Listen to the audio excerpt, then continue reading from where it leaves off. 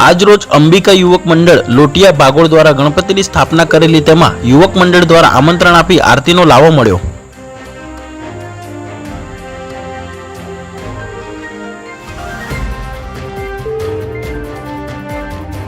તે બદલ ભારતીય જનતા પાર્ટી બક્ષીપંચ મોરચો ઉપપ્રમુખ ગોપાલભાઈ પ્રજાપતિ તેમજ બંસીભાઈ પ્રજાપતિ, કેવુરભાઈ પ્રજાપતિ બાપાના દર્શન કરી ધન્યતા અનુભવી હતી